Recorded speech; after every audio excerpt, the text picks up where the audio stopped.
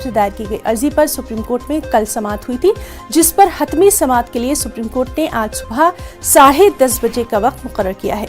अर्जी गुजार के जरिए पंचायत इंतखाबात में हदबंदी और रिजर्वेशन रोटेशन के मामले को चैलेंज किया गया है। अर्जी गुजार की दलील है कि हुकूमत के जरिए 2019 में कराई गई हदबंदी और रिजर्वेशन रोटेशन को मनसूख करके 2014 की हदबंदी और रिजर्वेशन रोटेशन की बुनियाद पर पंचायत इंतखाबात कराए जा रहे हैं, जो कि न सिर्फ आइन की दफा 243 बल्कि पंचायत राज के ज़वाबित के खिलाफ है। वाज़ेह है कि पंचायत इंतखाबात पर रोक लगाने के मामले में जबलपुर हाई कोर्ट और ग्वालियर बेंच के जरिए 9 दिसंबर के फैसले में रोक लगाने से इनकार किया जा चुका है। सुप्रीम कोर्ट के फैसले पर सभी की निगाहें लगी हुई हैं।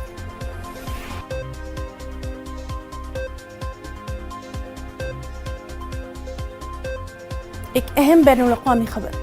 अक़वाम मुत्तहिदा ने अफगानिस्तान में तालिबान के इक़्तिदार पर काबिज़ होने के बाद मावराए अदालत क़त्ल के मामलों पर तशवीश का इज़हार किया है।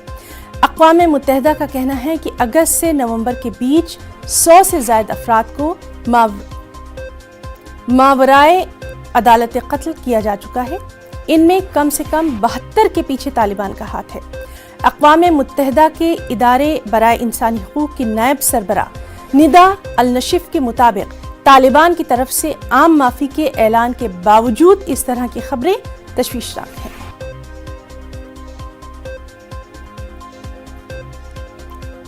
कोरोना वबा के दौरान बाहमी इमदाद और इंसार का जज्बा